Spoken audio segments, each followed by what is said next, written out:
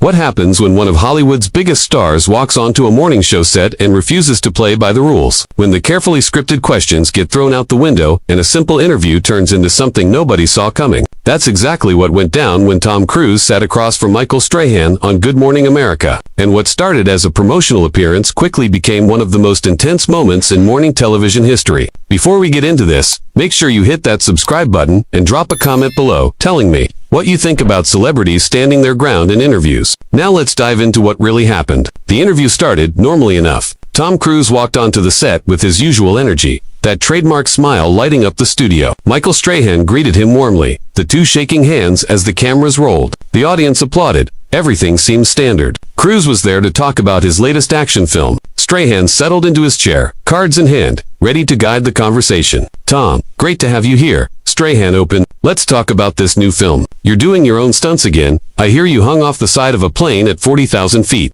Cruise leaned forward, that focused intensity in his eyes. "We did? Yeah. It's about giving the audience something real. Something they can feel. When you're actually up there, when the danger is genuine, it translates through the camera." "That's incredible," Strahan responded. "But I've got to ask, at what point do you think about the risk? You've got people who depend on you, productions that could shut down if something goes wrong. Does that ever make you second-guess these choices?" There was a pause. Just a brief one, but noticeable. Cruise's expression shifted slightly. "Michael, I appreciate the question, but I think there's a misunderstanding about what we do. This isn't recklessness. Every stunt is calculated. Every safety measure is in place. We have teams of professionals who plan these sequences for months, right?" "Absolutely," Strahan continued. "But there's still that element of, what if something goes wrong? We've seen accidents on film sets. Is there ever a moment where you think maybe it's not worth it?" Cruise sat back slightly. "Is that what you think? That what we do isn't worth it?" The shift in tone was subtle but present. Strahan sensed it, his posture adjusting. No, that's not what I'm saying. I'm just asking if you ever have doubts." "It's a legitimate question." "It is," Cruise agreed. "But the way you're framing it suggests that there's something irresponsible about pushing boundaries in filmmaking. That's not what this is about. This is about craft, about giving audiences experiences they can't get anywhere else." Strahan glanced down at his cards briefly. "Tom, I'm not trying to suggest you're being irresponsible. I'm just exploring the human side of it. You're a father. You've been in this industry for decades. Surely there's a part of you that weighs these decisions differently now. Why would you assume that?" Cruise's response came quickly. "Why would age or having children make me less committed to excellence? If anything, it makes me more determined to leave behind work that matters." The energy in the studio had shifted. Strahan maintained his professional demeanor, but there was a flicker of surprise in his expression. "I'm not questioning your commitment, Tom. Nobody questions that."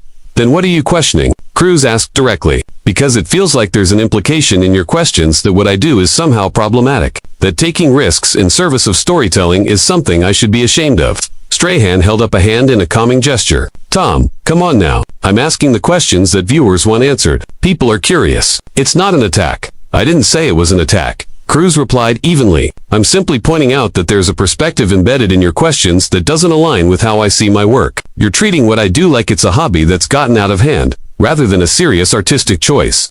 The audience had gone quiet. This wasn't the light segment they'd expected. Strahan tried to pivot. "Let's talk about the film itself then. The story, the character. What drew you to this role?" But Cruise wasn't ready to let it go. "Michael, can I ask you something? When you played football, when you were out there taking hits, putting your body on the line every week, did people constantly ask you if it was worth it? Did they question whether you should be doing something safer?" Strahan paused, clearly not expecting the turn. "That's different, Tom. Football's a sport. That's what you sign up for.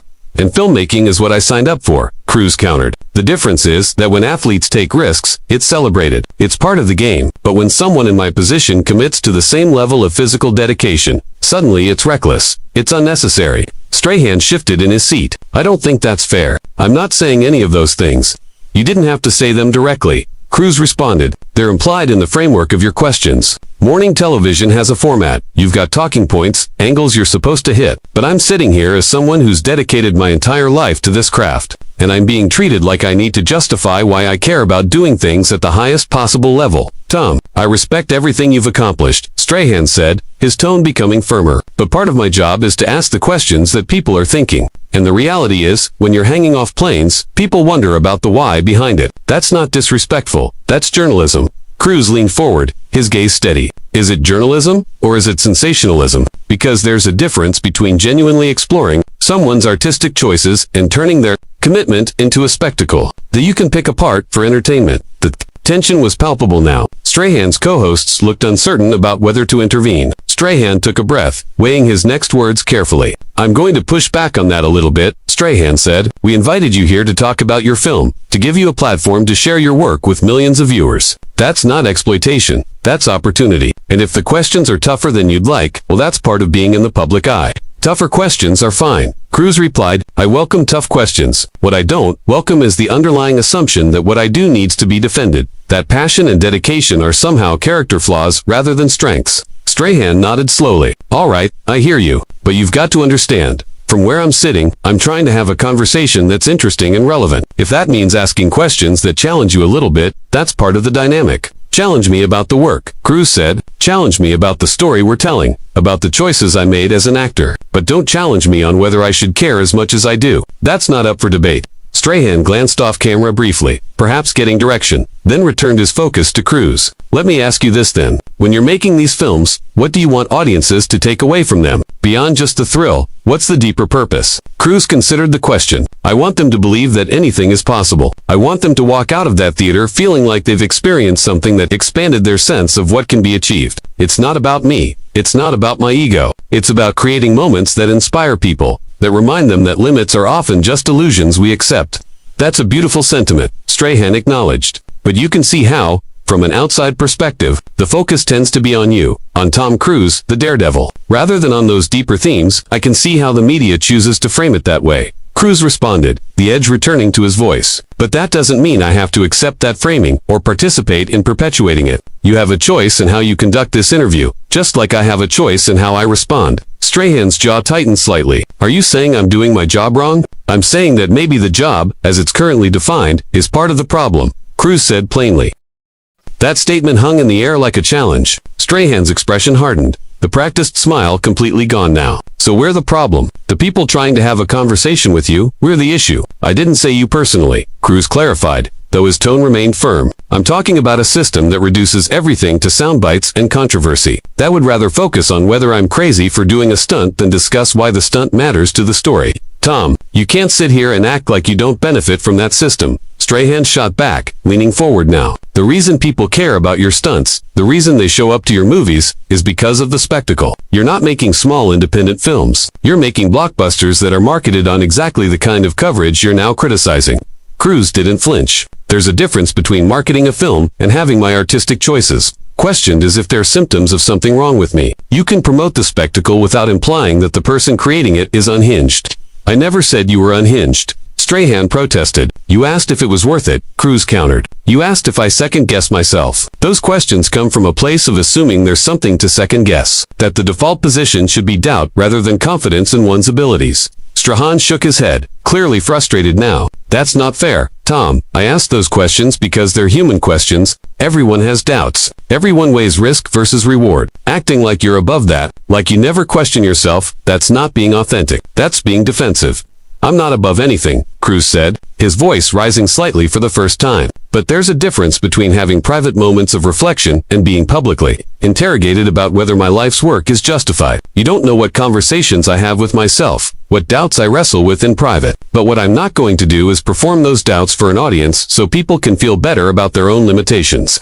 The studio had gone completely silent. Even the crew seemed frozen, unsure whether to cut to commercial or let this play out. Strahan's co-host started to interject, but Strahan held up a hand, keeping his eyes locked on Cruz. So now we're talking about other people's limitations. Strahan asked, his voice sharp. You think people who don't jump out of planes have limitations? That's pretty condescending. Tom, that's not what I said, and you know it. Cruz replied, I'm talking about the cultural impulse to tear down anyone who refuses to accept conventional boundaries. It's easier to mock someone for trying than to examine why you stopped trying yourself. Wow, Strahan said, sitting back with a bitter laugh. So this is what we're doing now. You're going to psychoanalyze me on live television because I asked you a few tough questions. You made it personal first, Cruz pointed out. You brought up my age, my children, implied that my priorities should have shifted. You turned this into a conversation about who I am as a person rather than what I do as an artist. I'm just responding in kind. Strahan's jaw clenched. I asked about your personal life because that's what people connect with. They don't just want to hear about camera angles and stunt coordination. They want to understand the human being behind the action hero. Then ask me about the human being. Cruz said. Ask me what drives me, what scares me, what I hope to accomplish before I'm done. Don't ask me to justify my existence or validate my choices through the lens of what you think is appropriate for someone my age. I never said anything about appropriate, Strahan countered. You didn't have to, Cruz repeated, the frustration evident now. It's in the subtext of every question. It's in the surprise on your face that I'm not slowing down. It's in the way you keep circling back to risk, as if the only reasonable response to getting older is to become more cautious, more conservative, more afraid. Strahan leaned forward, his voice dropping but intensifying. You want to know what I really think? I think you're so locked into this image you've built that you can't separate the character from the person anymore. I think the stunts aren't about the audience or the art. They're about proving something to yourself. And when someone asks you an honest question about it, you can't handle it because it gets too close to something you don't want to examine. The accusation hit hard. Cruz went very still, his expression unreadable for a moment. When he spoke again, his voice was quiet but carried an unmistakable edge. You don't know me, Michael. You don't know what I think about when I'm alone, what I'm trying to prove or not prove. You've had a few conversations with me over the years at events, done a couple of interviews. That doesn't give you insight into my psychology. Maybe not, Strahan conceded, but I know what I see. And what I see is someone who gets defensive the moment anyone suggests that maybe, just maybe, there's more to unpack than you're willing to admit. Or maybe, Cruz said slowly, what you're seeing is someone who's tired of being treated like a curiosity instead of a professional. You were an athlete, you said it yourself. Imagine if every interview you did, people questioned whether football was healthy for you, whether you should reconsider your commitment to the sport, whether your dedication was actually just compensation for some deeper issue. How long before you'd get tired of defending yourself? Strahan considered this, and for a moment it seemed like the temperature might drop. But then he shook his head. The difference is, I retired. I moved on to other things. I didn't keep trying to prove I could still take hits in my 50s, because you couldn't. Cruz said bluntly, your body wouldn't let you. But if it could, if you were still capable of performing at the highest level, are you telling me you wouldn't? That you'd just walk away from something you loved because society decided you were too old? Strahan's eyes flashed. That's not the same thing, and you know it. It's exactly the same thing, Cruz insisted. The only difference is that in my field, if you take care of yourself, if you maintain your skills, you can continue. And that bothers people because it holds up a mirror to their own choices, their own compromises. There it is again, Strahan said, his voice tight. This superiority complex where everyone else has compromised and you're the only one still pure in your dedication. You realize how that sounds, right? I realize that you're twisting my words to fit a narrative. Cruz responded, I never said I was superior to anyone. I said that I'm committed to my work and that I don't apologize for that commitment. If that makes you uncomfortable, that's something you need to examine, not me. Strahan stood up suddenly, the movement startling. You know what, Tom? I think we're done here. Cruz remained seated, looking up at him calmly. Are we, or are you just uncomfortable with where this conversation went? I'm uncomfortable with you coming on my show and insulting me, Strahan said, his voice raised now. I'm uncomfortable with you turning a simple interview into some kind of personal attack on my character and my profession.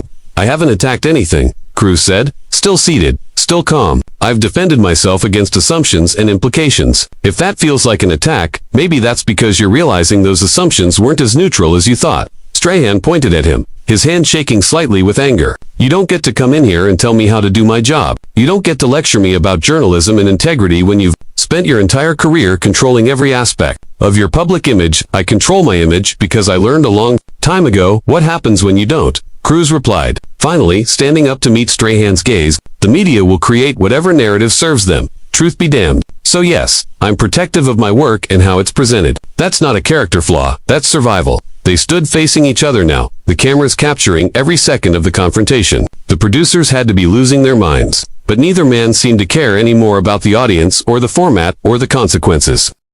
Strahan took a breath, clearly trying to regain some composure. Survival. You're one of the biggest movie stars in the world. You're not surviving, Tom, you're thriving, and you're acting like you're some kind of victim because I asked you standard interview questions. Standard questions built on problematic assumptions. Cruz corrected, and I'm not claiming victimhood, I'm claiming agency. There's a difference. I have the right to push back when the framing is wrong.